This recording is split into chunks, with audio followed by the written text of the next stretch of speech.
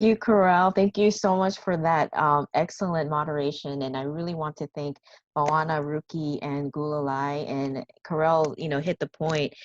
That's right. We really need to engage with more activists from South Asia to really bring up a lot of the issues that you all brought up today, so that we could really bring this up to the regional level and start the campaign together. Because democracy is regressing everywhere, but we really want to highlight more of the South Asian voices as well. So thank you to three of you for making time. And we also send our prayers to our friend in India who couldn't be with us today because of the pandemic situation. And we hope to, as Karel said, continue to work with you in the future to raise your voices. So just to reset the room, please, we would love to hope you could stay with us. The next session is actually, we're going to move to East Asia, where we're going to highlight the democratization movement in Hong Kong, Cambodia, Philippines, Hong Kong, Cambodia, Philippines. What was the fourth?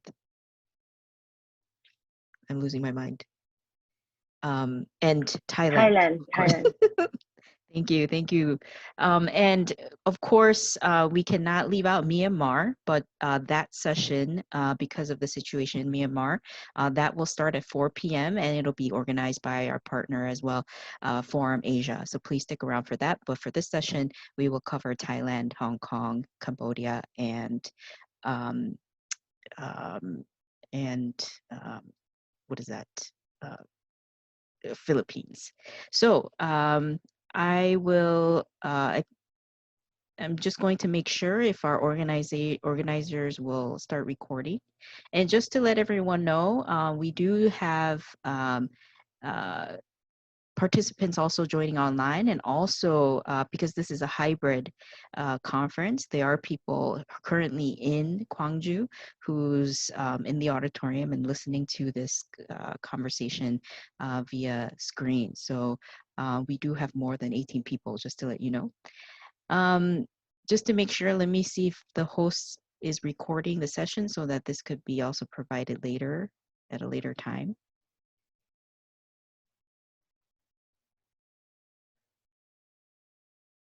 Okay, hopefully they'll start recording. Okay, so as a continuation of the conversation from South Asia, we'll move to East Asia. And just to reset the room, we're going to have a discussion. We always have discussions about the democracy situation, the current status of democracy in respective states.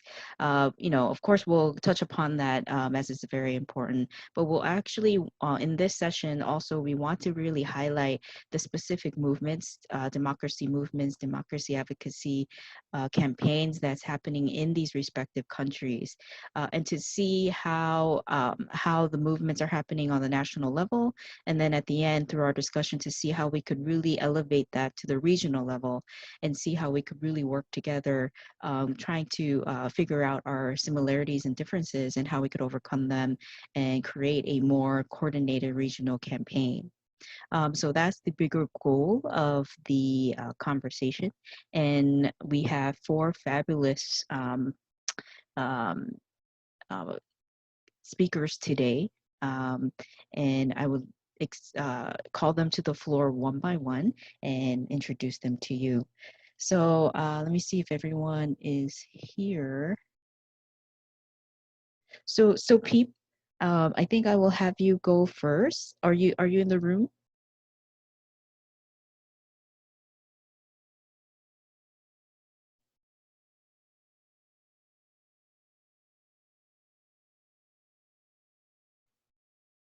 Okay, maybe she's having difficulties. Then, we'll move to Thailand. If I will have Pup, are you ready to present? Yes. Fantastic. So let me introduce Pup here. She is the co-founder of the Feminist Liberation Front Thailand. She's a political and feminist activist. Her work leads on the feminist ideology. After the uprising of the people in mid-2020, last year, she co-founded a local movement called the Feminist Liberation Front, Thailand.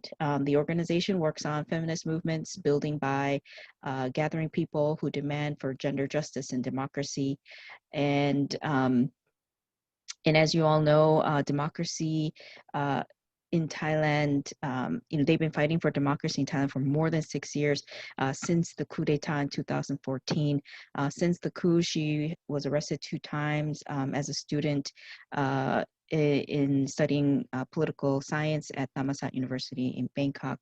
And we are very blessed to have her here today to tell us about what's happening in Thailand. Pup, I will hand over the mic to you. Thank you. Yes. How many minutes do I have to? Yes, thank you so much for that question. Yes, everyone gets 10 minutes to make your intervention. Thank you. Hi, everyone. My name is Bob. I'm activist, political activist and feminist from Thailand. Nice to meet you all. I start my journey as an activist. I was a student, as Sue mentioned. It's around 5 years already that I have been an activist. And then in the past, I was arrested when the people not gathering that as many as now. So I was arrested and then I go to jail. And I found the conditions of the women prison is so bad and terrible, and kind of I get the bully by the government. They do the vagina examination to women or of the prisoner or of the female prisoners, including me. Even I get in by the political case, they still assume that I carry drugs on my vagina. So it's kind of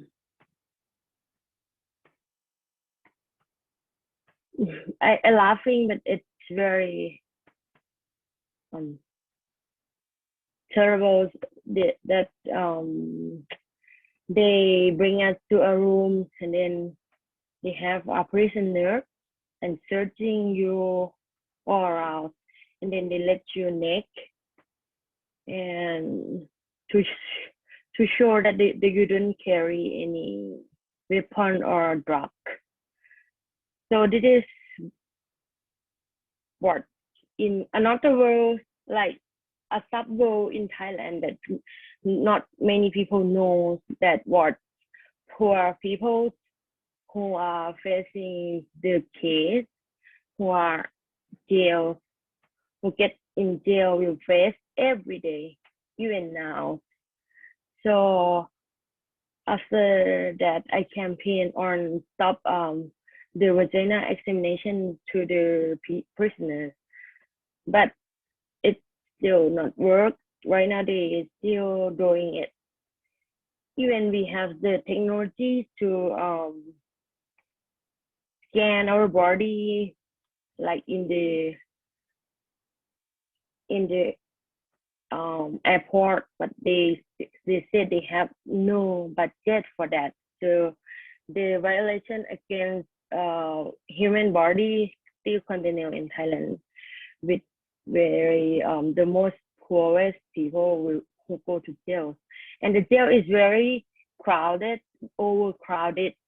So right now the pandemic is not only bad in the outside world, but also in the prisons, because the overcrowded of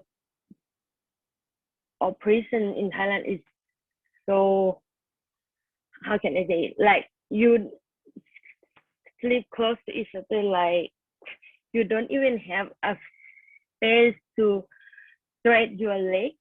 So then when one get effect, another will get the one who sleep beside you of course 100% get. So the pandemic is so terrible in prison, and the collections department of collections still don't accept that, and not many weeks comes, we afraid that many of the prisoners will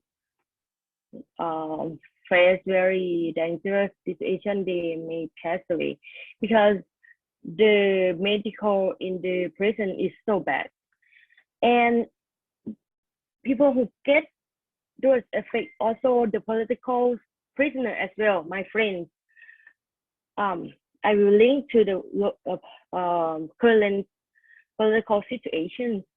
So after last year that we have a rising of young people and peoples across Thailand to against the military government and the monarchy.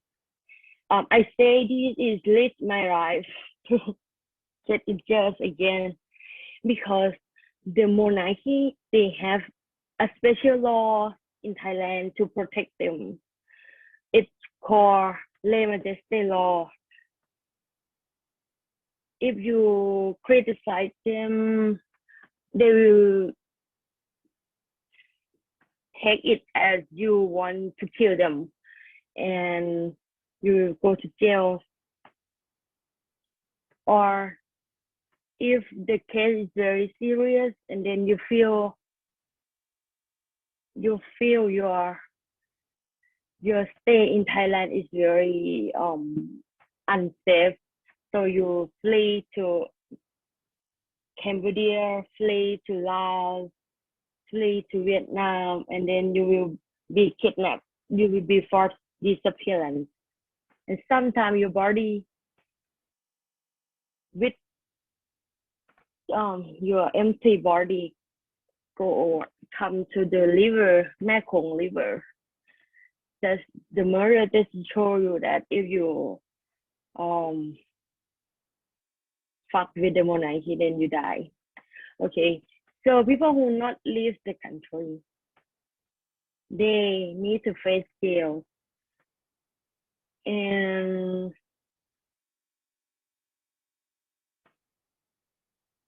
that they face jails like young people who face this charge is very low age. Some people 16 years old, because our protest is come from primary school, middle school, and high school, and also university and general people.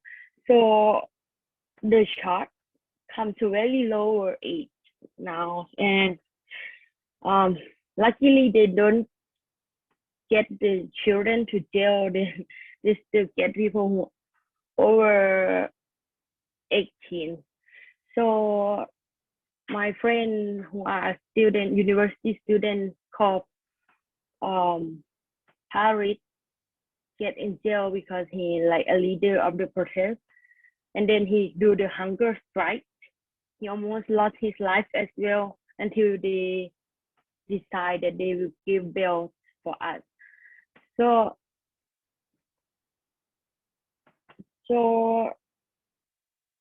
we are uprising before the pandemic starts on last years, but the pandemic stopped us, as the government used the pandemic as a condition that we shouldn't gathering because the spread of the COVID-19 will be among the protesters, something like that. And then they charge us with the emergency law that they announced.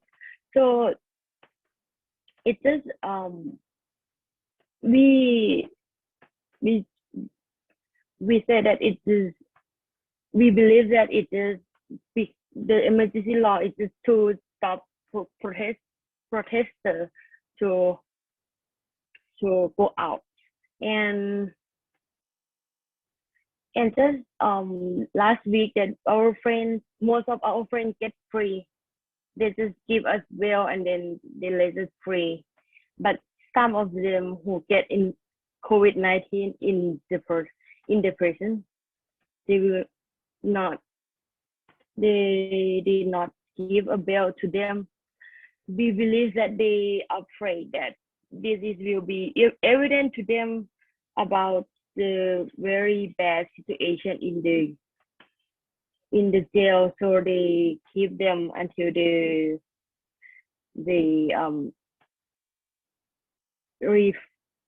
return to health, and then they will get bail for to Anon, who get the Gwangju award yesterday. He's still in jail because he get COVID-19 and they don't give him bail. It's very funny. And it's like, but we all know that the technologies and the medical support in jail is so bad, and we very worry about him because it will make him risk his life like no point.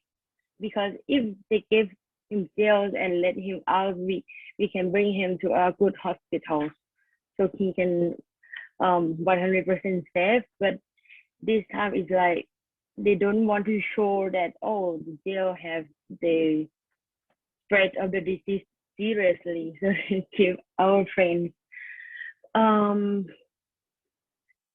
Yes, and I want to share about why feminist movement go around the pro-democratic movement this time of the uprising.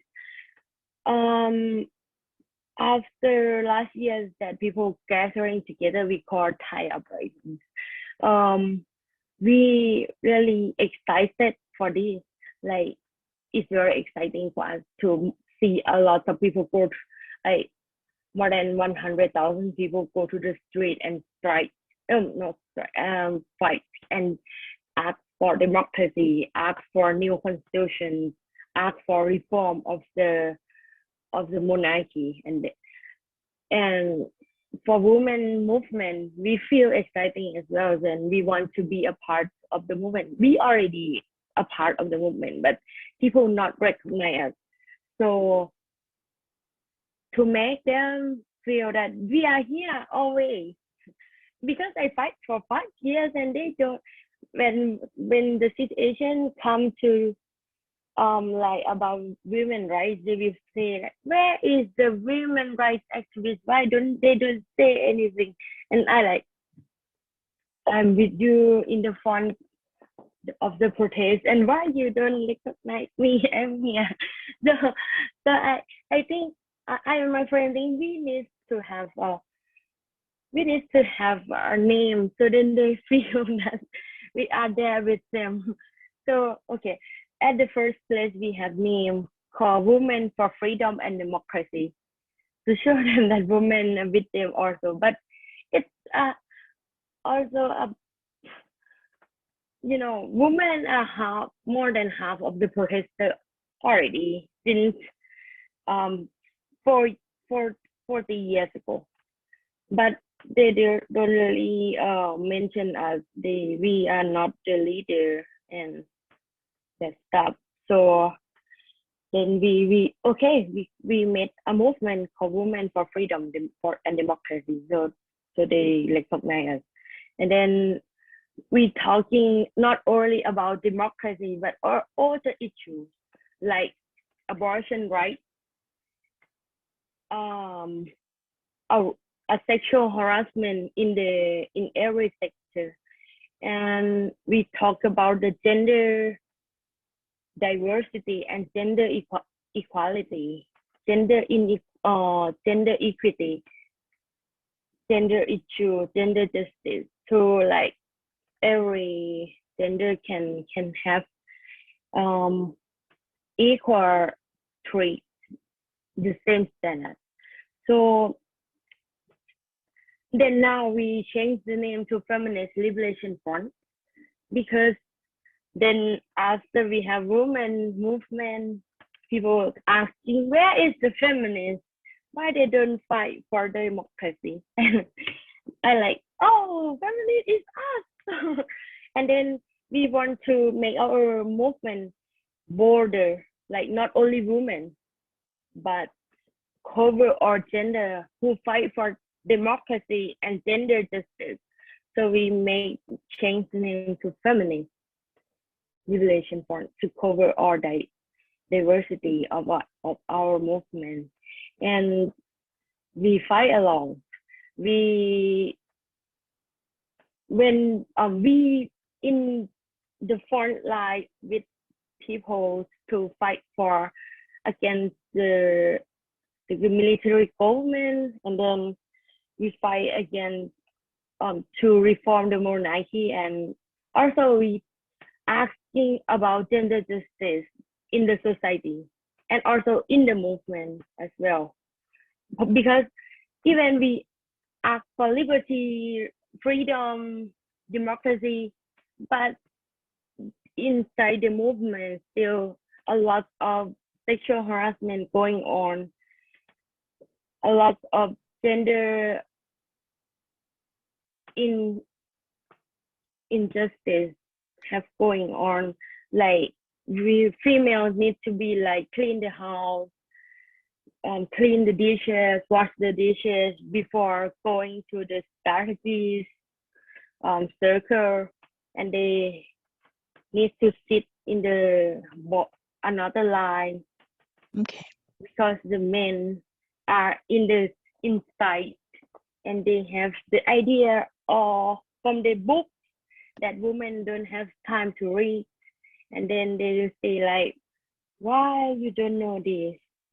So we will keep our mouth shut because we afraid that what we say will be stupid for them. So then okay, the we could wrap up a little bit. Yes. Yeah. So the strategies don't have our ideas, our woman idea in that, and we feel we not belong, we feel burned out, and then we have a mental health situation. So yes, fight with the from the feminist perspective, fight with the authoritarianism, like the monarchy, military, or the patriarchy. Will make us will make all of us, not only feminists or activists, are burned out and have mental problems, and this needs to be concerned, and race needs to be issue that important, not only fight but race as well. Otherwise they burn out, they leave the movement, and or they kill themselves.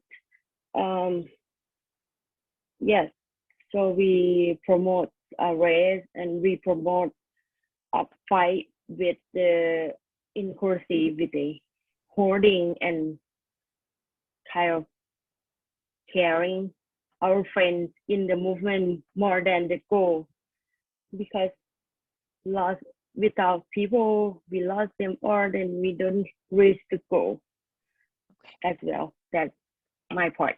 Great. Thank you so much. Too.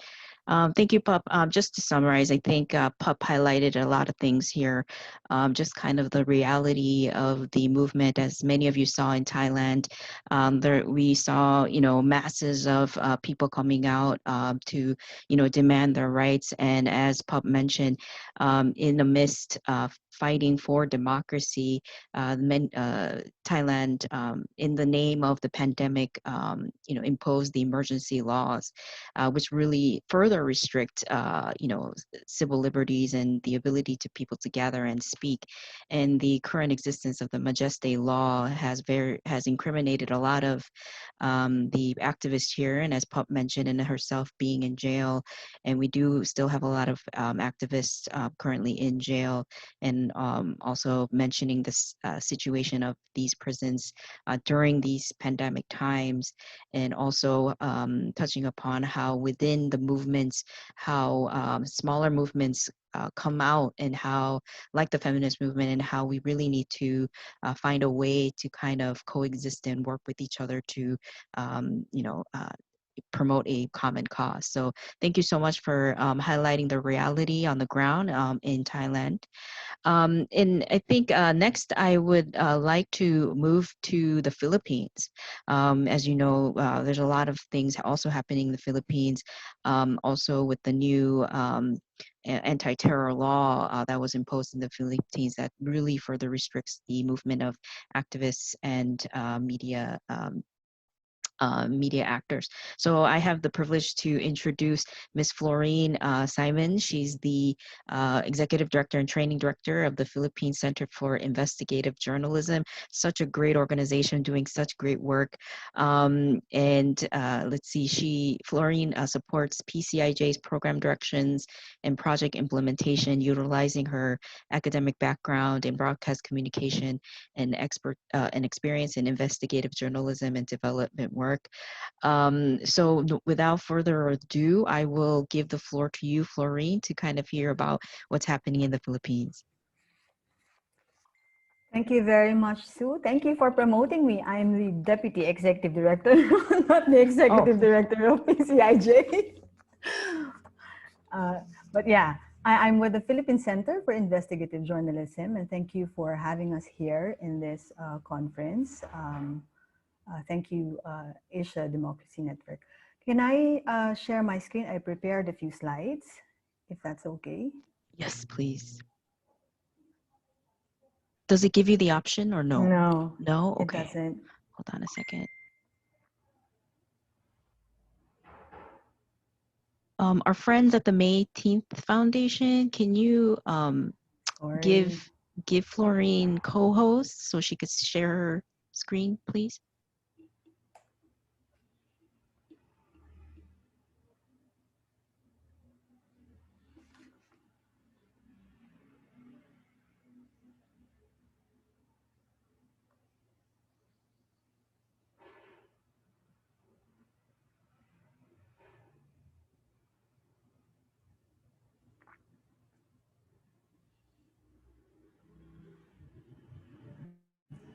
Still doesn't want, but that's okay, I guess.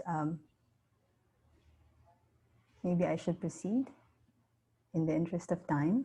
Yes, and then I will try to get this thing fixed in the meantime. Thank you. That's okay. I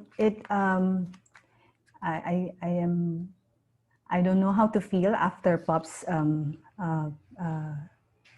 presentation, after Pop's sharing.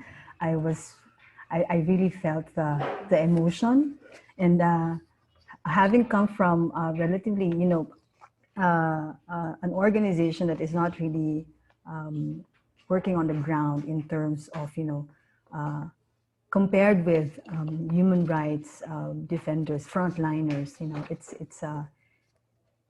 that makes me think that our contribution is really so minuscule in terms of promoting democracy. But yeah, I'm inspired by your work and by your strength. Thanks, Pop. In the Philippines, I will be sharing what we see largely from the media community. And I am afraid I cannot be able to share the range that Pop was able to share in terms of really, fighting on ground for democracy. The Philippines has a very rich history. Okay, now it allows me to share my screen. There. Okay, so the Philippines has a very rich history when it comes to fighting for and claiming democracy. The very recent pages would be the struggle against the martial law that peaked in the 80s, ending the Marcos regime via the 1986 People Power Revolution. 35 years after the country had seen a variety of leaders that, 35 years after that, the country had seen a variety of leaders that, because they were elected, can be assumed that the people trusted to protect that democracy and to never again see the dark days of martial rule. And in that range of expectations, it has always been regarded that the press is part of that. A free press, for that matter, is regarded as one of the pillars of democracy. The Philippines, I know, is regarded as one that enjoys probably the freest press in the region, but I think that should also be qualified. For even if there may be a semblance of free press in the country, it cannot be denied that the Philippines is also not a safe place for journalists. All the administrations post-martial law were witnesses to attacks and threats against journalists, the most celebrated being the Ampatuan massacre in November 2009, where 32 journalists and media workers were killed. The incident remains to be the single deadliest event in the records of attacks against journalists. In 2019, 10 years after the gruesome incident, the case was decided. Some of the perpetrators were regarded guilty, but the kins of the victims are not very much satisfied with the acquittal of some of the alleged perpetrators. In fact, these individuals are living in the same communities that they live in, so it makes them feel more unsafe now that they are out of prison. Under the Duterte administration, the situation did not change for journalists. The recent count by monitoring of the Center for Media Freedom and Responsibility and the National Union of Journalists of the Philippines, there are at least 223 incidents of threats and attacks against journalists from June 30, 2016 to April 30, 2021.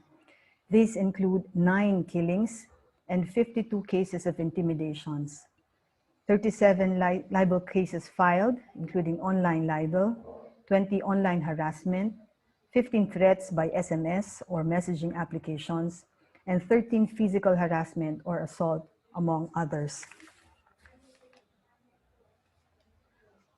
Of the 19 killings under this administration, 4 happened in 2020 during the COVID-19 pandemic. A lot of them were males, but also some were female. Sorry. For the period covered by the monitoring, there were at least 51 cases of intimidation, meaning 30 cases of red tagging and 5 incidents of surveillance, plus 37 libel cases, including 18 cases of online libel and 8 arrests. 8 out of the 18, 8 were involved arrests. It is very alarming that the administration is very,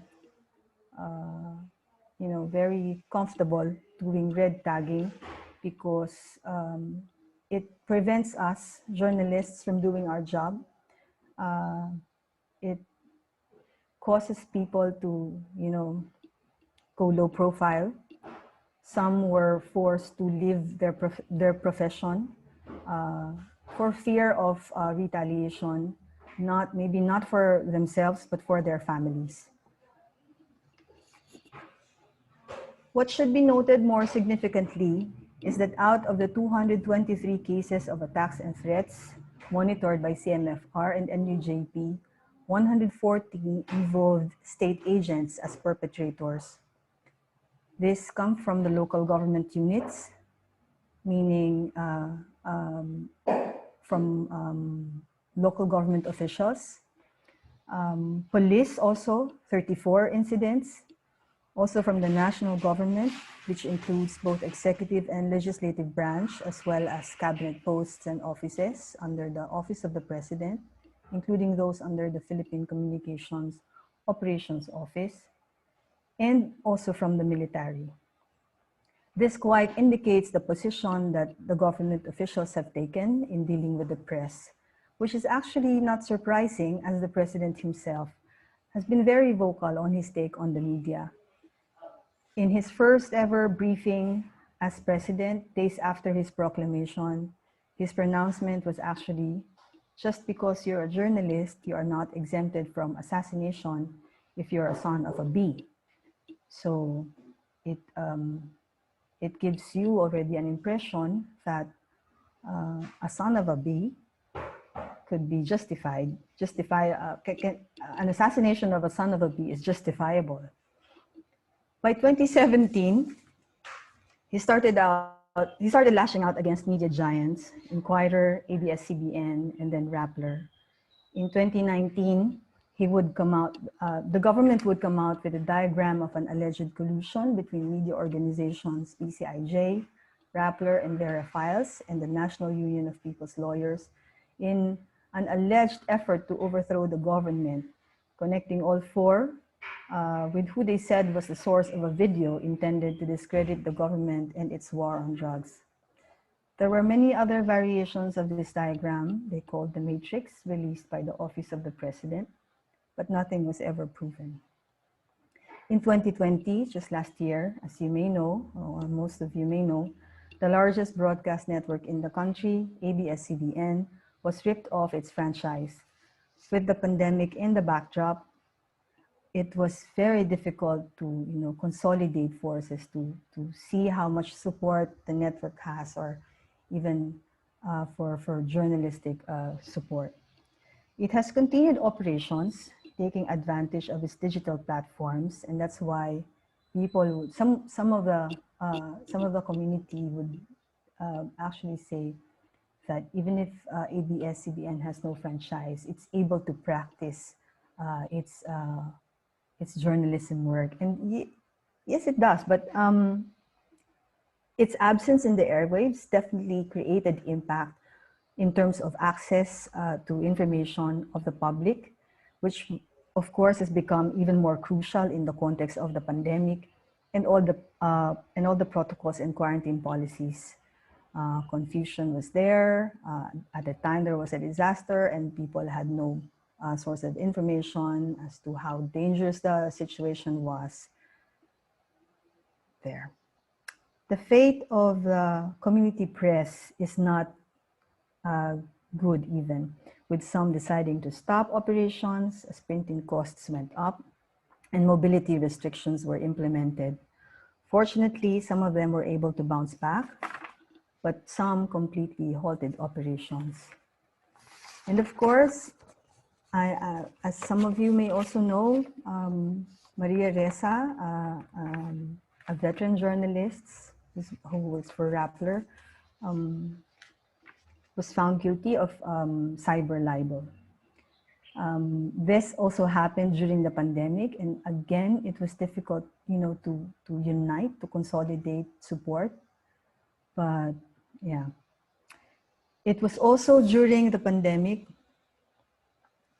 that laws were passed officializing restrictions to press reporting, namely the Bayanihan to Heal as One law, that included a provision penalizing fake news, the determination of which is placed in the hands of law enforcers. Another law, a more controversial one, is the anti-terror law, which is now being challenged in the Supreme Court. The last of the oral arguments happened last Monday for what petitioners believe to be unconstitutional provisions, including those that could be used by police and military to curtail legitimate criticism, with at least 2 cases already recorded for the arrest of critical media practitioners. Last May 3, on World Press Freedom Day, a statement from the media community spearheaded by the Freedom for Media, Freedom for All network was released in protest of the law. Another issue that we are facing is public access to information. Under the pandemic, it was very easy for the government to calibrate procedures in acquiring government information or documents in consideration of the skeleton staffing of government offices. This was, of course, later on recalibrated again, depending on the existing quarantine restrictions. But more alarmingly, it was during the pandemic that the Office of the Ombudsman came out with a Memorandum Circular number 1, that technically prevents the public from getting copies of wealth documents of public officials that are under its care. This includes that of the president. The narrowing access to government-held information is a crucial issue that must be addressed, definitely not only by the media, because government-held information is very crucial for public information in decision-making. It is evident, however bad it was, that the pandemic provided the backdrop, the context that the government needs to employ strategies and policies that curtail not only press freedom, but democracy in general. As people are consumed on issues of health and economy, the ground was so fertile to inject anti-people policies. But it was also during these times of crisis that people see their worth. The rise of community pantries in the Philippines gives a picture of how the people intend to participate, not only in protest activities, but also in uplifting the lives of their fellow men. Even in conditions of pandemic where social distancing was imposed, this did not prevent, mobilizations to signify protests against policies that the government is laying out. I am hopeful that the fire is still there, however slow burn it looks like right now, and that the people will see their worth and their significant participation in ensuring that the foundations of democracy, pillars and institutions like the press and elections are observed and respected, recognized. Thank you very much.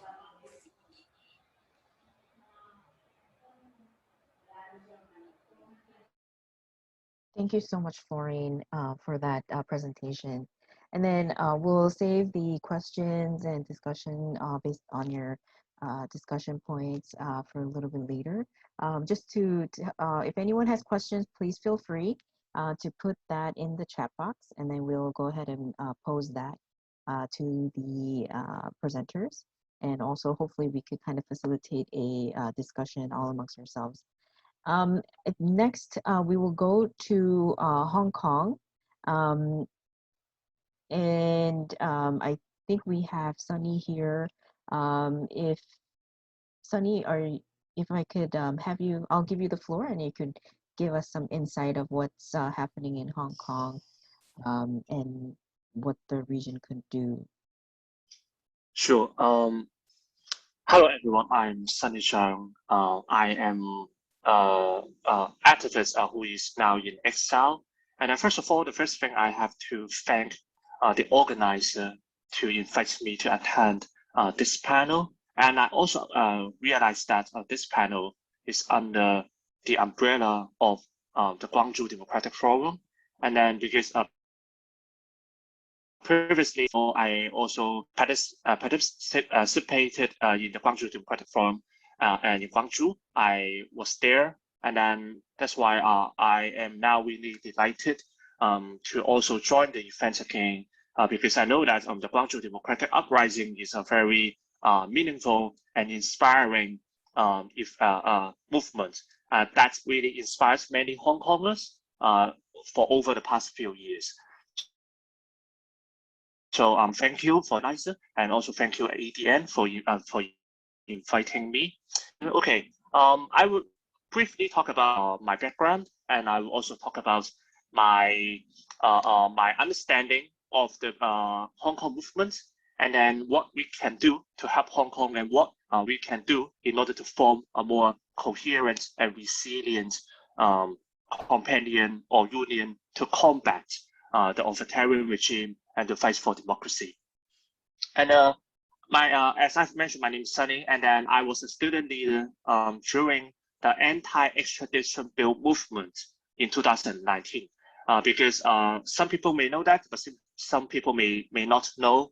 Hong Kong is a special autonomous region under China, and that's why we have our own unique, distinctive law system, political system, and economic system to differentiate Hong Kong and mainland China.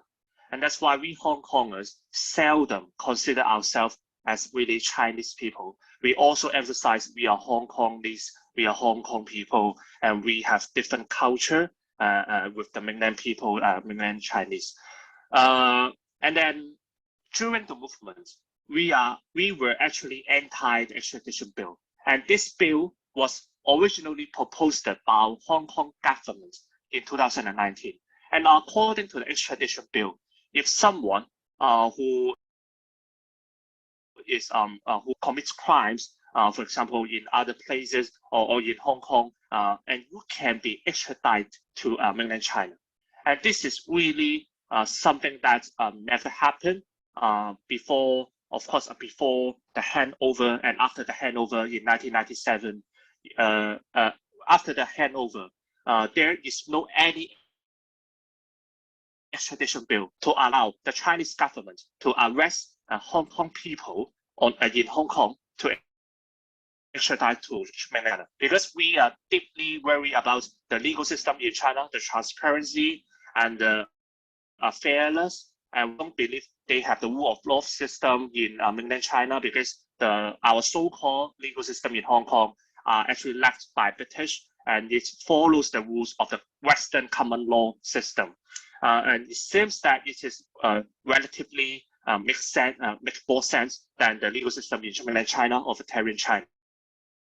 And that's why millions of Hong Kong people marched on the street in 2019. We anti this bill, and of course, the movement got escalated because the police brutality is really severe. And I believe many of you have witnessed those police brutality footages, because police brutality problem not just happened in Hong Kong, also happened in Thailand, Myanmar, and other places. And that's why we Hong Kongers were really suffer under this police brutality problem. And then my position, my role back then, because I was a student activist, and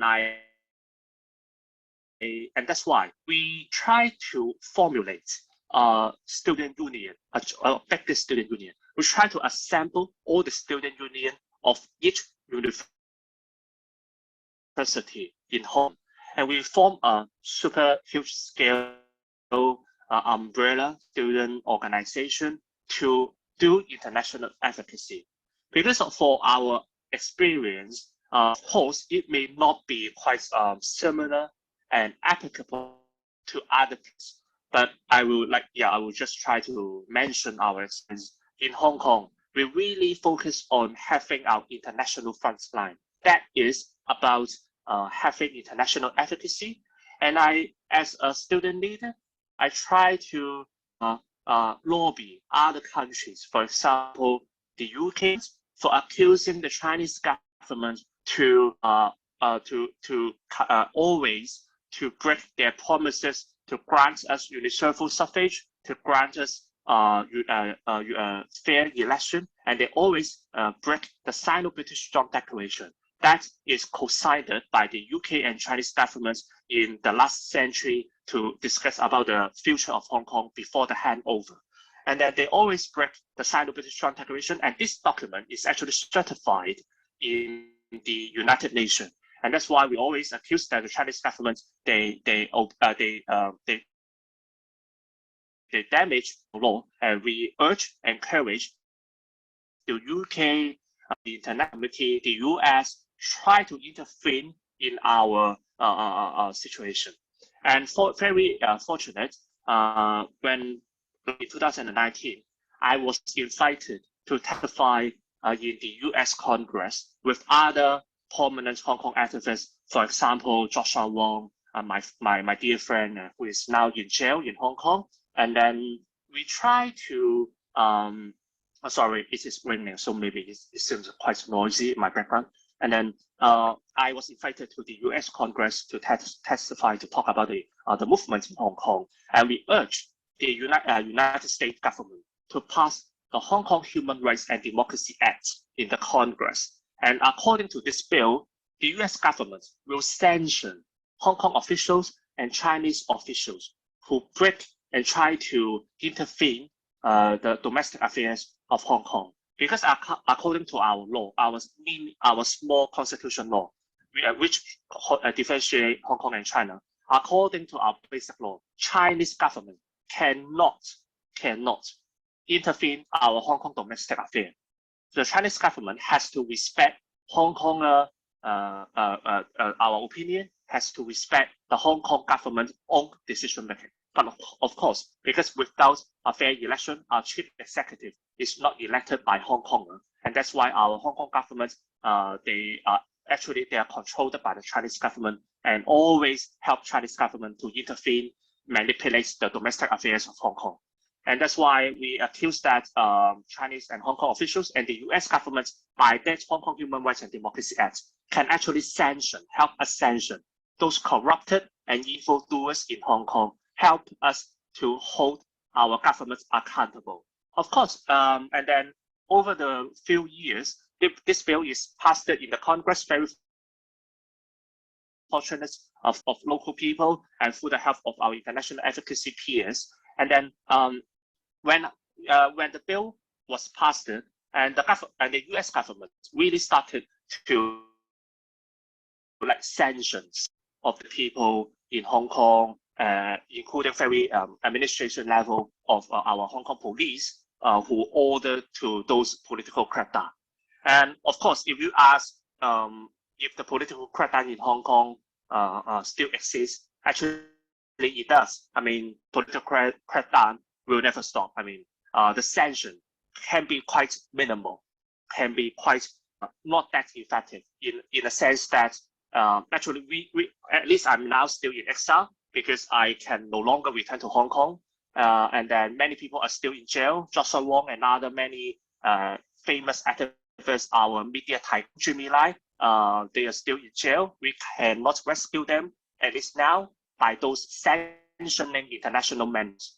But I still think that through international advocacy, to raise international awareness and urge other international community to help you can be one of the possible ways to help your people, not just in Hong Kong, of course, also in Thailand, Philippines, Myanmar, Cambodia, or Uyghurs, or Tibetans, or even Chinese. I think we have to urge the international community to try to relate human issues into their agenda. For many years, especially when we talk about China, for many years, we always overlook the problem of the Communist Party of China. And for many years, many scholars, many politicians were quite naive. Actually, they thought that by allowing the Communist Party of China to enter those kind of international organizations, for example, the WTO, the World Trade Organization, when we try to do business with China, when we try to include China into the international capitalism market, we can try to liberalize, and we try to, according to the organization theory, we can help China democratize. We can help China to create their own middle class in order, and the middle class of those Chinese people will try to also have some internal and domestic political reform and try to push the Communist Party to have democracy. But end up eventually, we witness actually the CCP, especially after Xi Jinping came to the power, the Communist Party become much autocratic, become much authoritarianism. We witness how the CCP for the over years expand their aggression, not just in Hong Kong, in South China Sea, and have some sovereignty issue also with Philippines, with other neighboring countries, and then through the One Belt, One Road try to use their economic power to intervene the whole region and other regions in Europe, in Africa, in many places, especially in Southeast Asia and East Asia. And then that's why, in my opinion, we have to counter China, and we have to form a better union. We have to form a better civil society, work together, because Chinese government loves working with many autocratic governments, and especially I believe many Southeast Asia governments. Actually, they also love cooperating with the Communist Party of China. And also, usually they have the support of the Communist Party of China because the CCP is very unfortunately extremely wealthy, and then and the CCP can do whatever they want. So we need a better alliance in order to hinder the authoritarianism expand in East Asia. And then that's why, of course, I would like to advocate to have to continue my international advocacy. And then I also hope that through our international advocacy, actually we can have more. For example, previously when I went to the US Congress, I usually work with Uyghurs and made, of course, some Tibetans because they have Tibet exile government in DC and also in India. And then I think we should include more voices to address our problems and to address our root cause.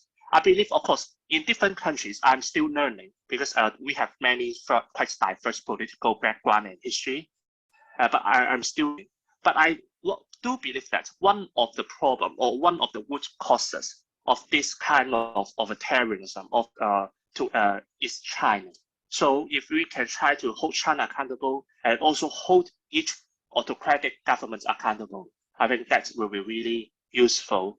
And then, yes, and then lastly, I would like to more about my current advocacy work.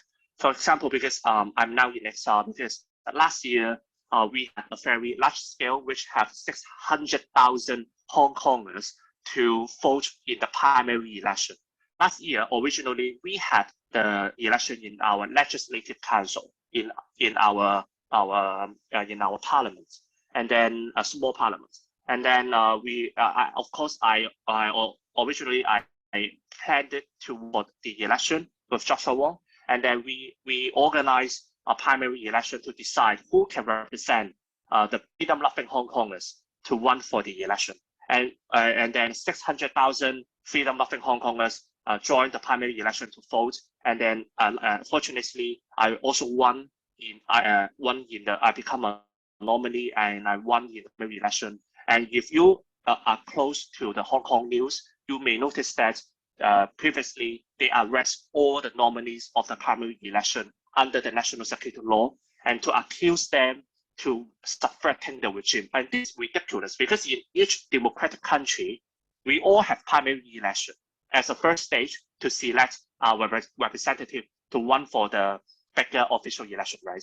Primary election is very usual in many countries. And then, however, the Hong Kong government accused us for joining this primary election. Actually, we all are subverting the regime. And my friends, all of my friends, only 2 people who joined the primary election successfully escaped Hong Kong.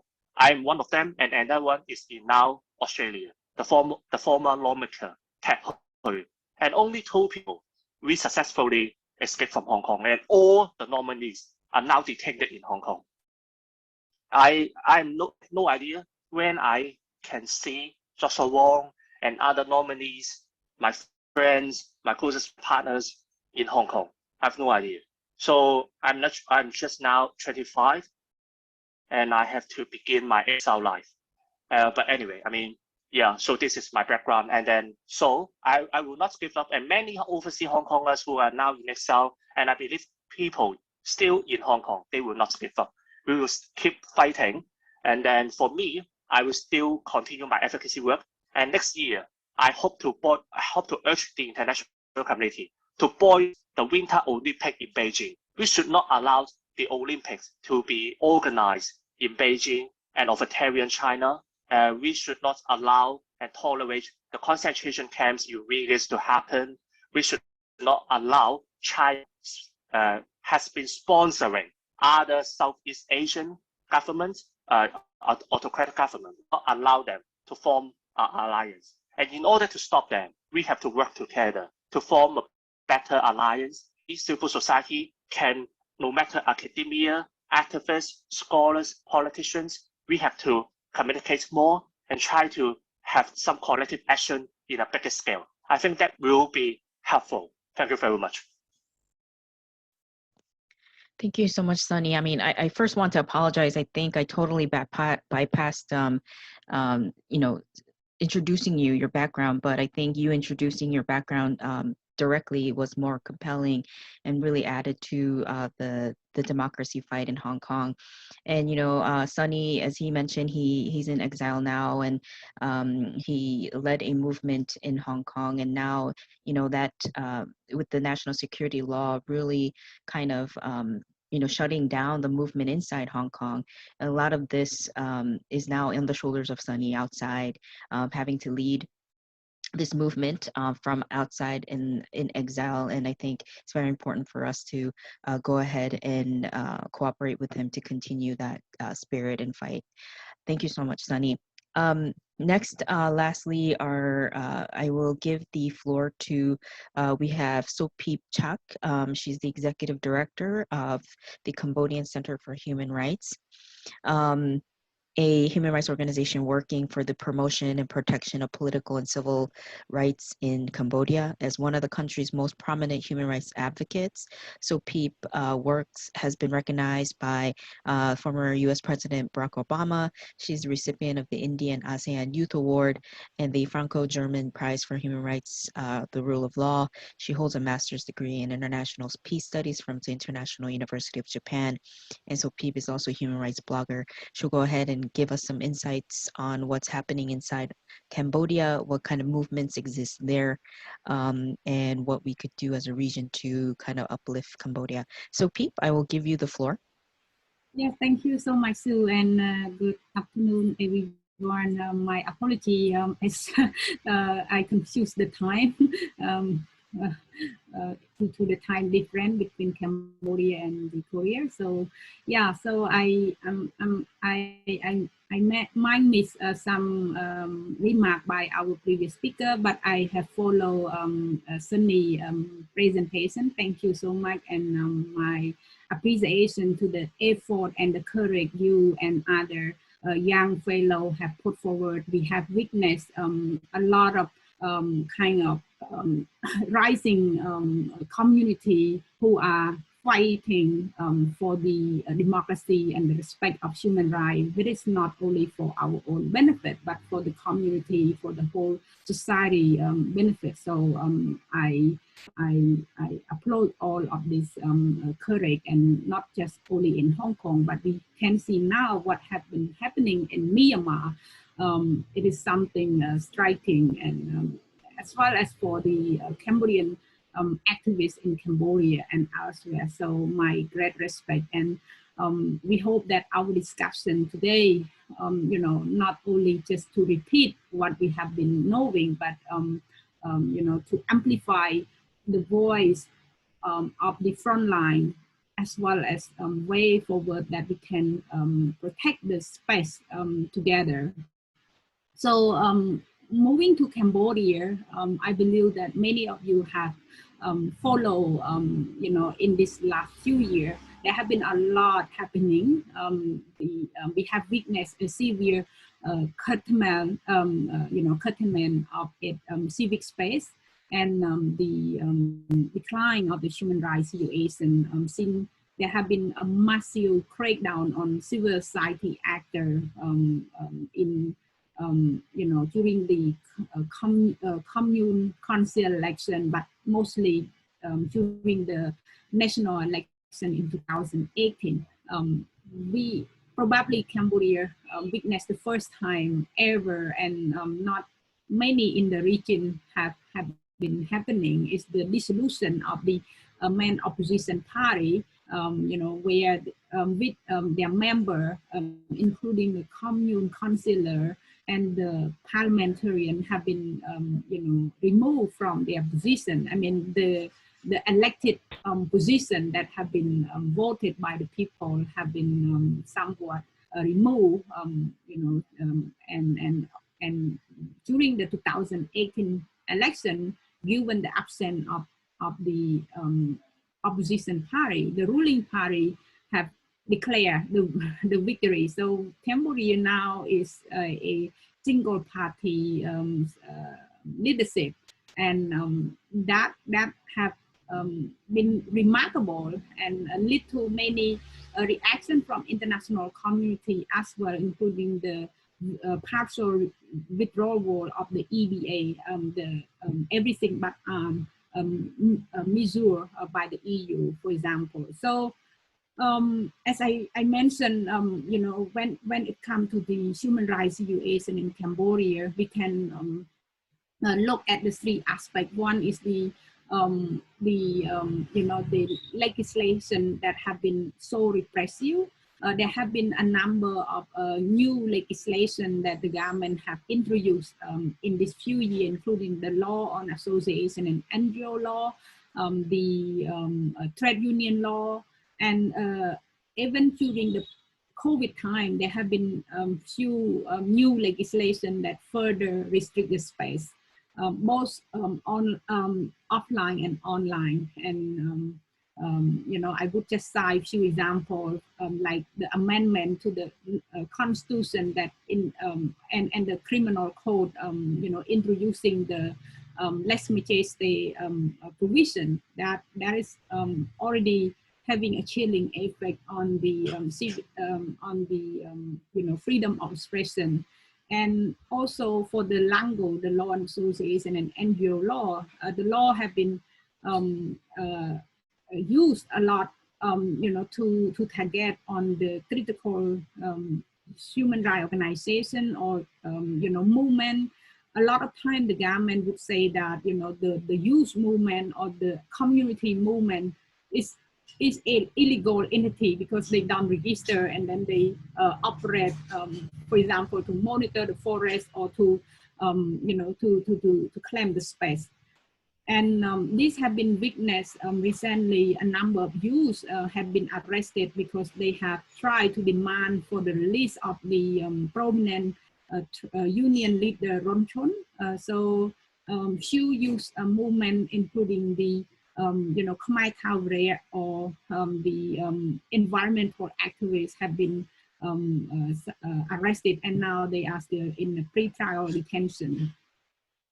So beyond the legislation, restrictive legislation, it is the form of judicial harassment, you know, the crackdown on the space. So there have been a number of arrests and, you know, crackdown on key pillar of democracy, including member parliamentarians, mostly the opposition member that have been already dissolved.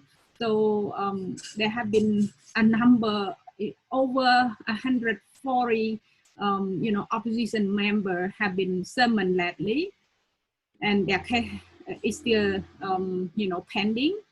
And beyond that, if we look at the media have been cracked down in the past few years as well. In the past, compared to the in the region, Cambodia have been known as somewhat relatively free when it comes to the press freedom. But since 2017, this kind of reputation is no longer the case, because there have been a massive crackdown on media agency as well. So like the shutdown of the Cambodia Daily. Many of you may know Cambodia Daily. You know, when you try to search information on Cambodia in the past, Cambodia Daily have been a reliable English you know, newspaper, and they have been shut down due to the taxation legislation, and there have been change of ownership of Phnom Penh Post, and also the crackdown on over 30 radio stations that relay the broadcast to the critical media, like the Voice of America or the Radio Free Asia. And beyond this, the journalists have been also targeted, like the case of former Radio Free Asia. You know, it over 3 years already. Their case have been still in limbo, although they have been released, but they are still, you know, their case have been somewhat supposed to be, you know, like the court should issue the verdict, but at the end they suggesting that, you know, the case could not find enough in kind of require further investigation. So you know, by law, I mean the fair trial right principle, if there's still a doubt on the case, the benefit should go to the accused. But in this case, the two Radio Free Asia journalists are still in limbo. They still face the charge where in which the court still try to continue the investigation. And so this is just a few examples. I can give you concrete figure. For example, in 2020, we have witnessed over 70 journalists that have been judicially harassed. 42 have been detained, questioned, or imprisonment. And you know, between April 2020 to March 2021, we have documented 9 media outlets have been, you know, have their license revoked as well. So this is example of how the, you know, democratic actor have been severely cracked down. And if we look at the freedom of assembly, we can see that Cambodia in this past few years have seen an increase of interference and restriction of the peaceful assembly, especially, you know, many times when the community would come to the street, the deployed security guard or district force have been, you know, like try to crack down on any form of peaceful assembly, and a lot of cases have resulted into certain violence as well. CCHR, our organization, have recorded, you know, in 2020, at least there are 15 incidents where the security force have been used against the, you know, peaceful protesters. Mostly are women. We call Friday women because those women try to mobilize every Friday to demand the release of their husband. And these women have been, you know, like facing a lot of stress anytime that they would gather. And in one occasion, I remember, you know, a lady have been pushed so strong, so hard against the ground, you know, and at the end, you know, the authority would just issue a statement saying that, you know, they punish the man, the security guard, with an administrative sanction, but we are not sure what kind of punishment that he got, and that's it. There's no further court proceeding because in Cambodia somehow we don't tolerate against the violence against women, but in reality, when it comes to the abuse of a peaceful protester like that, it is a different story. And I would just want to highlight as well, you know, there have been a increased kind of grip on power and increased repression in the country during the pandemic, COVID-19 as well. Somehow we appreciate that, you know, there have been certain effort that the government have tried to take hold on the community outbreak, ensuring the vaccination process, etc. But at the same time, the government failed to balance between the public health and the other fundamental human rights. So they have introduced a number of laws that have been not been, you know, transparent, have not been, you know, consulting with civil society. And the content of the law itself is so broad, it's so vague that can limit arbitrary on the fundamental freedom, especially the freedom of expression. And you know, an example, you know, during this first quarter between January to between January to and May 2021. We can record 3 journalists was arrested, and license of 6 media outlets have been revoked by the Ministry of Information, and because it related to their report on the COVID-19. And there have been a case, you know, over nearly 400 individuals have been accused of breaking the COVID-19 measure as well. You know, a lot of these cases, there are certain legitimate reasons that the government have been take hold, but we have to assess case by case where, you know, other cases are clearly just a violation on the freedom of expression of the individual because they criticize again the kind of vaccine, like the quality of vaccine, because you know, mostly the government have you know, like received the vaccination from China, for example, that have not been recognized by the WHO. So all of these are examples where individuals have been you know, face the threat of arrest or charge of incitement or of defamation. So I think while we witness a lot of crackdown, somehow I think we still see the rise of you know, community who are willing to take at the front line. For example, you know, during the arrest of the well-known union leader Chung, there are a number of youths who come on the street to demand the release for his release. So I cited the example earlier. You know, there have been a few youth networks like Khumta, or you know, even environmental activists. They are still active. Although, you know, being an environmental activist have been dangerous, and there have been environmental activists have been killed in the past. But all of these young community are still, you know, been very courageous to stay at the front line to advocate for, again, the social injustice, as well as to demand for the protection of the natural resource.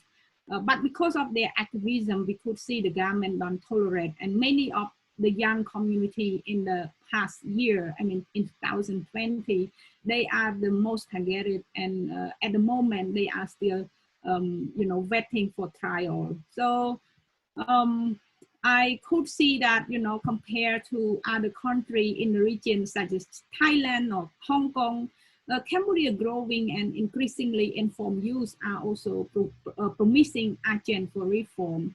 And their activism represent somewhat a glimmer of hope for a brighter future of Cambodian human rights situation. Regardless, you know, I think we should see the other side of unity, where the government try to crack down hardly on movement because, you know, because those movements don't buy in the kind of manipulation anymore.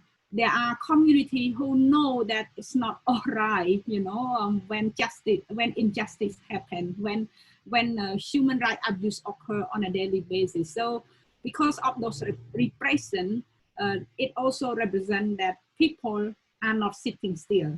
So that is something, to me, I feel still hopeful to see this kind of future kind of agenda of change, especially driven by the youth. So in short, I would just you know, like recognize the courage of those young community to claim for the fundamental freedom, as well as, you know, they have been participate actively in the political space. And as long as that they continue to do so, I think that is the right track that we want to see, that the process of the democratization is there. But because the government have cracked down harshly as well, so it also our responsibility as civil society organization, as the regional and international community, to make sure that, you know, the Cambodian youth and other regional youth must be protected, and you know, they would be provided with a safe space to engage in their activism. And therefore, I encourage all of us to, you know, like join hands to stand with you know, this movement. When they are in trouble, we should speak up. we should give them necessary hand, like through the human rights defender protection mechanism, for example, or with the message to the international community that it's not okay when these youths are in trouble. We have to send them a solidarity. Thank you so much. Thank you, Sopheap. I think, listening to everyone from the Philippines, Hong Kong, Cambodia, and Thailand, we're seeing this trend of, which is very alarming, and it's not only in Asia, right? It's this trend of, there's within democracy, a lot of legal means that these draconian laws are being enforced. In the Philippines, Duterte has a very high popularity rate. And then at the same time, through legal means, through the strongholding of the Supreme Court legal system, you put these laws into force to restrict civic space. And we're seeing that also in Hong Kong with the national security law, in Cambodia, we're seeing that with the whole dissolution of the biggest opposition party. And of course, we're seeing that as well in Thailand. So, that's definitely something we as democracy advocates need to continue to, think about, and how to kind of challenge this type of way of crushing fundamental freedoms and democratic principles that these dictators and autocrats are approaching with. So thank you so much for all those fantastic 4 presentations, and I will now open the floor for questions. Please feel free, if you have questions, to put that in the chat box.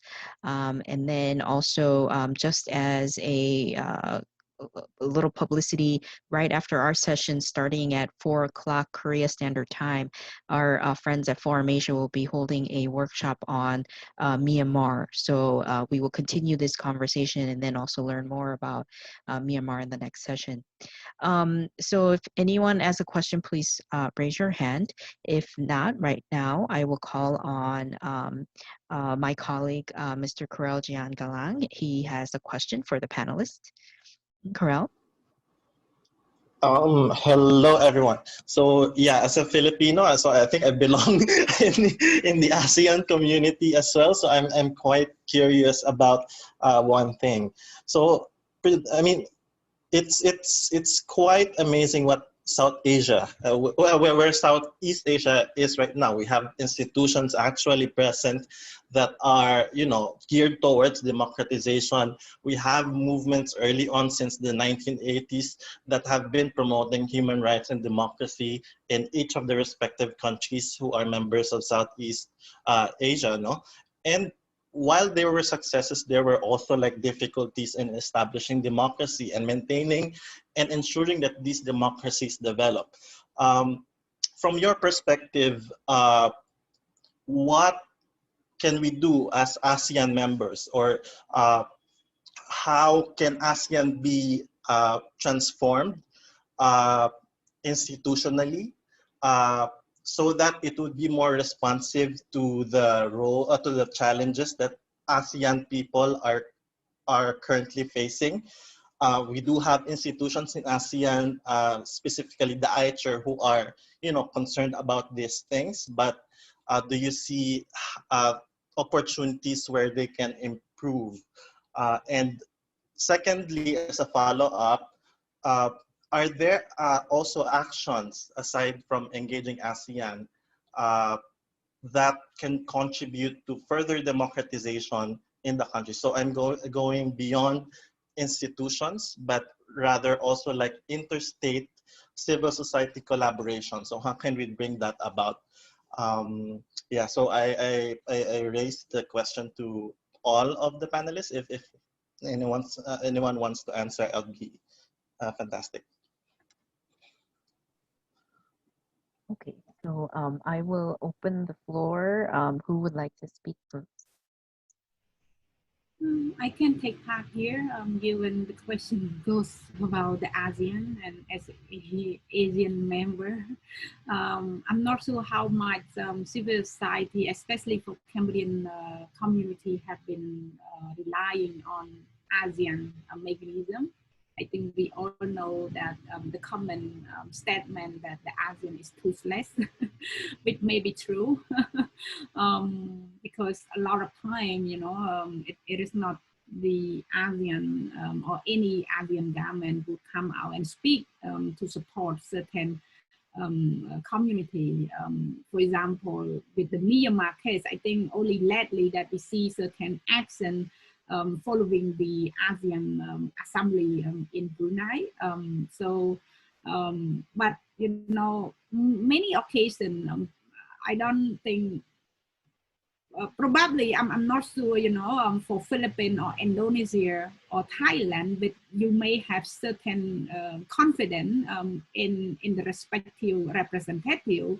But for Cambodia context, there's always case, you know, when it comes to the ASEAN People Forum, the meeting with ICHA, we know that the ICHA representative is a pro-government.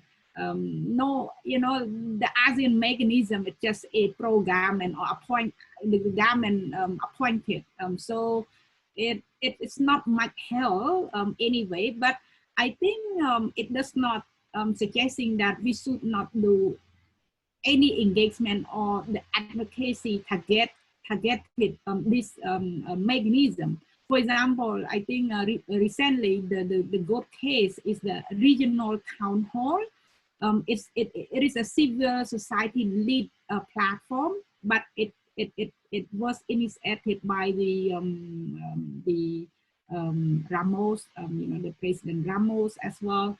So it was somewhat helpful, you know, to bring the community together. It sounds like ASEAN People Forum, but to me, I prefer, you know, kind of an ad hoc and organic mobilization of the community when it comes to certain trouble, and where we all can speak up, where we can send a solidarity message.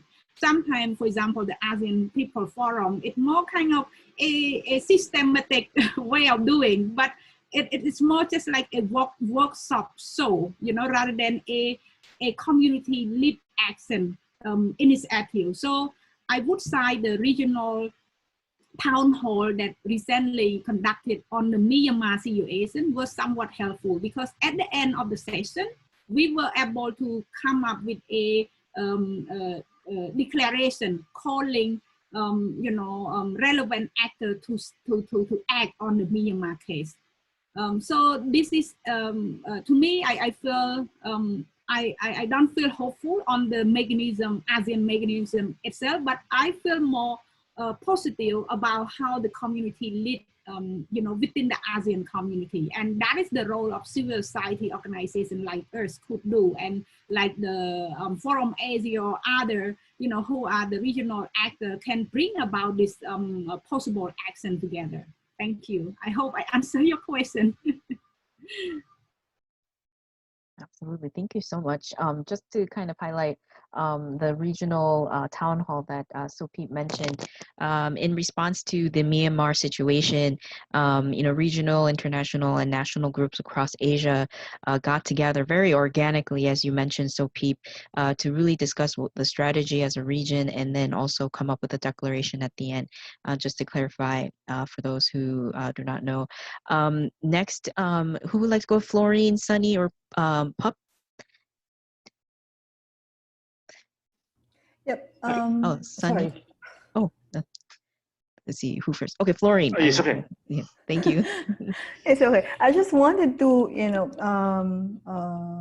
give my agreement with what Sopheap just said, that we should be able to take advantage of these institutions, but maybe not really rely on them in terms of, you know, advancing what we think is best for our own communities.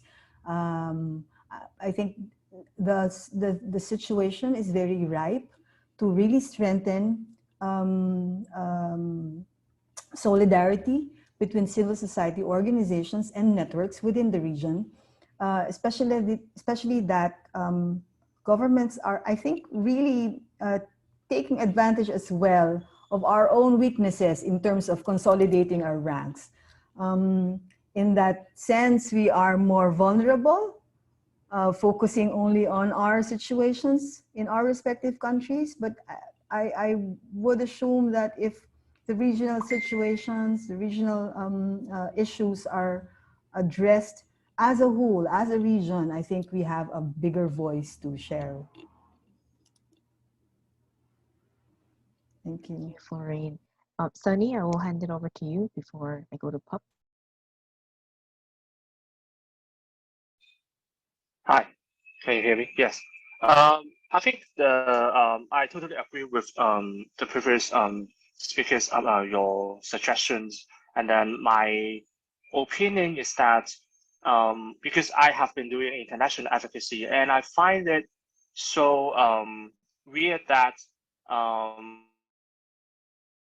for example, in European Union, in US, even in Canada, UK, many countries are actually establishing or passing the bill Magnitsky Act, which is a global scale sanctioning means to help those countries to have economic sanctions, to have or blocking them from their entry to other countries. And then this Magnitsky Act or something like the sanctioning tools, if we can include that in our toolbox, I think that will be helpful for many Southeast Asian countries and for many activists. For example, I think one of the difficulties for us, especially Hong Kongers, is that our government is not elected, right? And then cannot hold our police force accountable because you know that police brutality is really severe. And then the only thing we can do is trying to fight against the Hong Kong police. But of course, I mean, they have guns, they have tear gas, they have pepper spray. No matter how well equipped we are, we cannot just defeat them by force. And that's why if we have some sanctioning means, at least maybe we can create a deterrence effect that can really at least urge some evildoers to stop behaving like that, to stop those officials, to stop those very low tier of police force from hurting activists, from hurting freedom-loving people.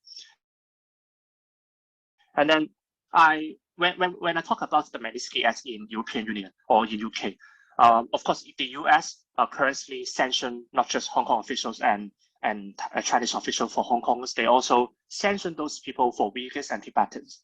But I think that the situation in Southeast Asia, East Asia, is actually quite it's really much worse, I think, relatively speaking. But why the international community is not trying to use the Magnitsky Act to help Thailand activists, to help Philippines, to help Myanmar, other people, to sanction your official, to sanction your army, to sanction your evildoers? Of course, I know different countries have different political contexts, and I know that the economic sanctions sometimes may not be that effective. For example, the United Nations has been economic sanctioning the North Korea, but it seems that you can't North Korean government being so insane and autocratic, right? But at least I think the international community can really do consider to help other countries, Southeast Asian countries, more to fight into their agenda. Not just Hong Kongers, not just Uyghurs, but also your fights into their agenda. And I think this can one of the things that I can help to do in the long run, or other activists who also do international advocacy, we can help push forward this agenda. Thank you, Sunny. Pup, I will give the floor to you if you have anything to add.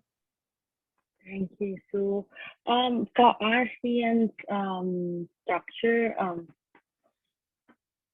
the thing that appeared to me and our friend activists is that the leader of ASEAN, the dictatorship of the leader in ASEAN have like cooperate very good.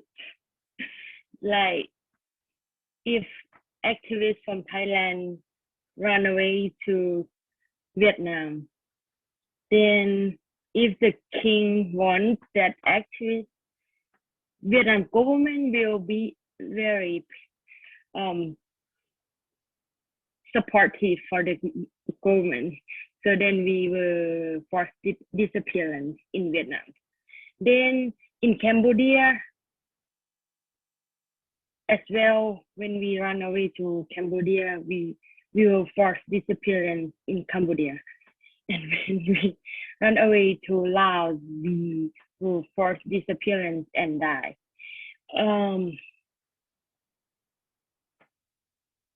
It means ASEAN community in the term of government, they have to cooperate very well, but in the term of violating human rights. So when the court of ASEAN unite, yes, they unite on violating human rights. And not only Thai activists, but when Cambodian activists or opposite party from the parliament come to Thailand, then the Thai government send them back. So military government in Thailand send every activist back to their home to get what they ran away from. So for me, I have no hope for the system of the ASEAN, even Aisha, because many Aisha were represented by the government, not elected from people. And even we report the case, but nothing will happen. Because there is no system behind that, and the country, the government members don't have a mind to support it. So I have hope on the community, as Sopheap and Floreen said, that I still have hope on like community. We are already connected, and as an activist, as a people, we already trade, we connect, we support. Like in Myanmar situation, we protest. In Thailand, we protest support Myanmar. In Hong Kong, in Taiwan, we protest to support them. And in Philippines, yes, Philippines have like more safe for Thai asylum seeker, for Thai refugees to go. So I think for me, okay, the People ASEAN Forum kind of boring. I joined for 2 years, and many of the representatives come from the government, like in Vietnam. So even it's a People Forum, but the civil society from Vietnam kind of speak something like pro the government, and then the atmosphere is different when it depends on how strong the civil society in each country, and I still have hope on the community if the state of the community of the civil society going on. We this year I talking about the forced disappears in Vietnam as a host of the ASEAN last year as a host of ASEAN People Forum, and before that Thailand was the host. I talked about the forced disappear in Laos for Thai activists. So I think the state is still important to voice out that to make this not the government level, because maybe they spy us, but they don't really take our opinion seriously. But for the civil society, that we can know each other that what has going on, because the violation against human rights activists is not only happen in the certain their own country, but also in outside in ASEAN, a lot across ASEAN. So it's good to exchange the situation, so the civil society in each country can put giving emergency support or advocacy on how ASEAN citizens, when they run away, they should be safe, something like that.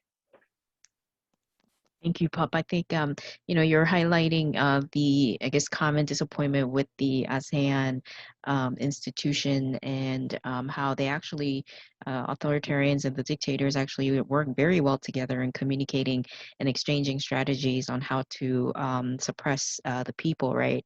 But as you are agreeing with Sopheap and Floreen and Sunny, that it's really important that we as a civil society kind of organically come together and really strategize to really challenge this type of institution. And I think this will be the last question for the panelists before we close the session for the next panel. Yesterday, was the opening of the Gwangju Democracy Forum, and at the opening session, we had parliamentarians from South Korea, from both actually parties, from the ruling as well as the opposition party, joining in committing a interest in developing this democracy foundation in Korea. And this idea of developing this type of foundation and supporting democracy and human rights, programs or whatnot in the region. And, I found this to be interesting. I mean, let's see if it actually gets passed in the parliament and it actually gets started in the country. But, I wanted to get from, activists like yourselves, how important is the willingness of democracy champion governments in Asia for your respective campaigns and advocacy fights? How important is the voices of, because Asia has a lot of countries that are, not fully democracies, but we also do have countries like Indonesia, Korea, Japan, who say, they're democracy champions. And do we hear them enough on these issues, and how important is it in your campaign? And then we'll go down the row here. Sunny, may I ask you to go first?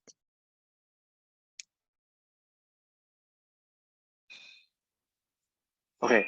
I think Sue just asked a very meaningful question. Is there any possibility that we can seek help or or expect those democracy champions countries to help more, to help us voice out more opinions? I think this is really necessary. For example, actually, especially in Hong Kong, I think during the anti-extradition bill movement, the Taiwan government, for example, have been really helping Hong Kong. Of course, because maybe Taiwan also face the threat of China, and then the Taiwanese government allows many Hong Kong people to immigrate or try to really escape from Hong Kong and seek help from the Taiwan government. And the Taiwan government even may provide some financial help for those people who are in exile or under the political threat. And Taiwan government has been doing a lot. And I think for Hong Kong people, if of course, if the Japan or South Korean government, especially, I mean, I concern about the China issue, and then if they can voice more against the authoritarian China, this will be helpful. Of course, I mean, in recent years, we are witnessing the Japanese government is trying to work more with India, Australia, and also the US, try to do something. I mean, military-wise, try to counter the threat of the authoritarian China. But can the Japanese government or Taiwan or other places, India or Australia, of course, I mean, it's quite remote, but it's still a part that is quite related to the Indo-Pacific region, right? And then can their government provide more help to our civil society? Can their government do more actions to? I know that many Vietnamese, they also seek asylum in Australia, and Australian government has been quite helpful to protect not just Hong Kong people but also Vietnamese. And then, is there any possibility that South Korea and Japan can do more to voice their opinions and also to provide a safe harbor, not just for activists but also for other civil society members? For example, in academia, in NGO, in other places, I believe in many Southeast Asia countries, NGOs are being cracked down, and then scholars, teachers are being also monitored and censored. Academic freedom are really limited in your place too. So can academia in other democratic countries can help us? Can they provide some support to help those scholars to provide safe harbor, or try to do research for the world, for more people to understand your country, to understand your fight? Because I think one of the things I think this is quite important, or for at least from our Hong Kong people experience, is that we have to make our story global.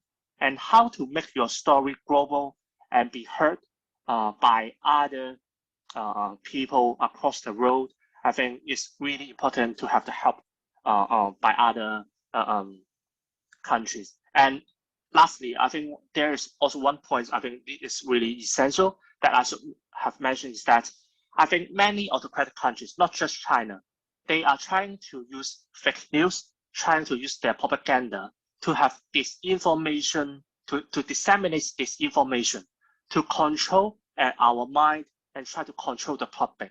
So is there any possibility for those democratic countries to help us, to help every individual suppressed by those regime, can help us disseminate the correct information, to counter the disinformation, to fight this information war? We always call this, in this era, autocratic countries also involved. They have their information warfare. Can we counter the war propaganda to have our correct information for activists like us to help our movement? I think this is really important. Thank you. Thank you so much, Sunny. I mean, I think you raised very important points, and especially highlighting, more democratic countries in Asia, because we have many, right? Taiwan and, Korea, Japan, and, there's many also in the region, and their critical role of being able to harbor, political asylum seekers, refugees during the situation, especially with what happened in Hong Kong and now what's happening in Myanmar. I think the role, we're going to see more activists needing safe harboring in a lot of these countries in the region. I feel should be able to step up a little bit more and be able to provide those type of services and safety. And in the end, that's really creating allies with those activists and sharing the for Korea's case, being able to harbor those type of activists and sharing our democracy knowledge. I mean, I think that will be of much national interest. So hopefully more countries will step up. Next, if I have Sopheap, may I ask you to respond? Yes, thank you, Sue. I'm not so optimistic about the ASEAN government democratic campaign, whatever, because so far we have not seen any of them, have been speaking up a lot.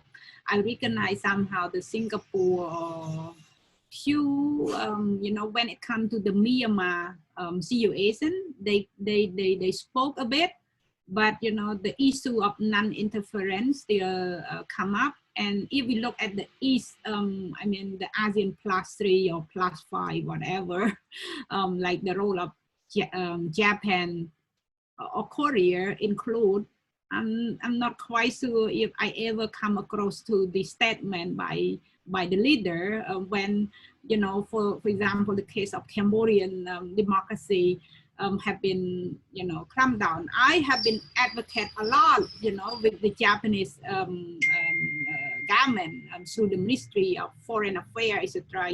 But the message that we got, it's quite clear.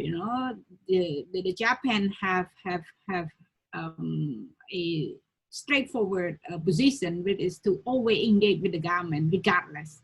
We ask them to reconsider about their support to the election back in 2018 when the opposition party had been dissolved.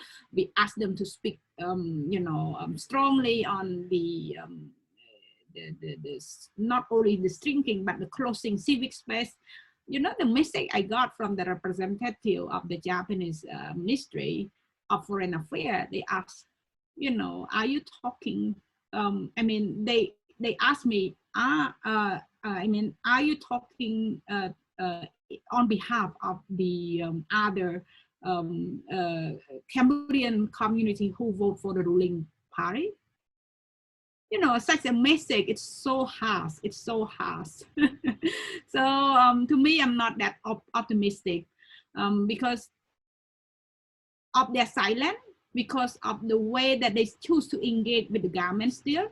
Even, I'm look more on Myanmar because it's quite clear, it's not so difficult for any government, including the ASEAN or the ASEAN government, to say no to the military dictatorship. But we have to recognize certain countries also come up with through the military coup as well, like Thailand, for example. But there's still country who choose to attend the military festival. I forgot the day. It's like a military day that the Myanmar celebrate recently, and it was celebrated in the midst of people, young lady, young activists have been killed on the street. Over 500 people have been killed. So, but still, certain countries send the representative to take part in that kind of military day. It is so. It's, to me, it's a lot, and I'm not that optimistic. Thank you. No, thank you for your honesty. I think I agree with you. So, before we move to Floreen and Pup, we do have about 9 minutes left. I do need to hand this over to our friends in Forum Asia. So I do apologize, but I will give you the floor if you could be mindful of the time. Thank you. Yeah, I just want to share a few points. First, again, I think I will have to agree with Sopheap.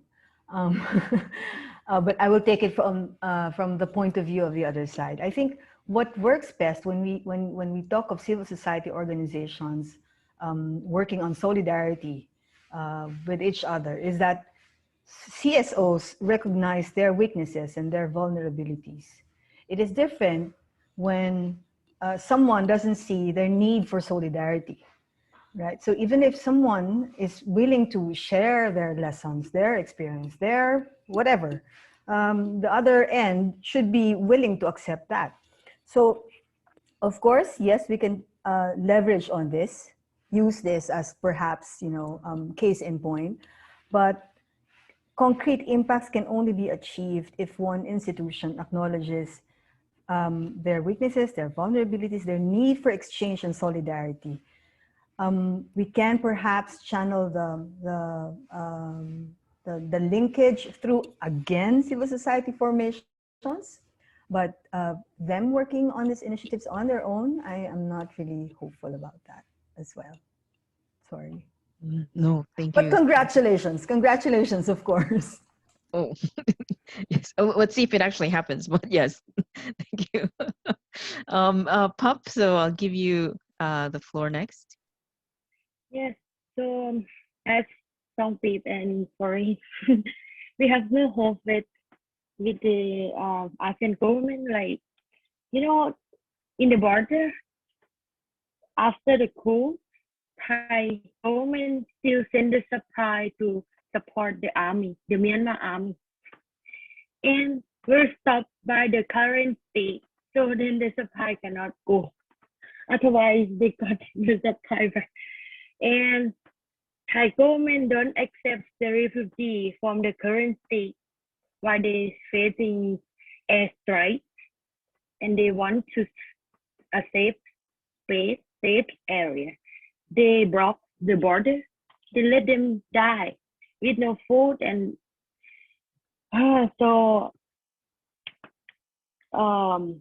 but I have hope with the country in Asia who have already more progressive than us, who have democracy already, like South Korea, Hong Kong, Taiwan, Japan. If they can pressure to their own government, I think our civil society work closely together, as like last time Forum Asia opened the space for people in ASEAN. But I would like to ask the civil society in the democracy country to pressure on their government to cut the relations with the military in Myanmar, and support the national unity government by the people in Myanmar. So it needs to be done very seriously to stop, because right now it's already 2 months, but and they die, they get into jail, even the Miss Universe get charged. So the government who have democracy needs to stop any relation with the military in Myanmar immediately. So like United States, the relation includes the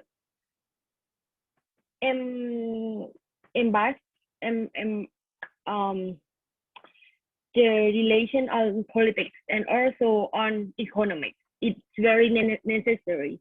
And South Korea have invested in Myanmar a lot, and if they can cut out the relations with the military in Myanmar, it's gonna affect them to rethink on to giving up on the coup and giving the power to the government. Power to the people. Japan as well, but I am not sure that Japan government could. I don't know the atmosphere there, but it's gonna be hard. But I have hope in South Korea and Taiwan to cut all relations, to support friends in Myanmar, because they're dying every day. And if this coup won, I mean, if the military in Myanmar won, it also means about democracy in Thailand has lost as well. Myanmar lost, Thailand will lose as well. So it's really late.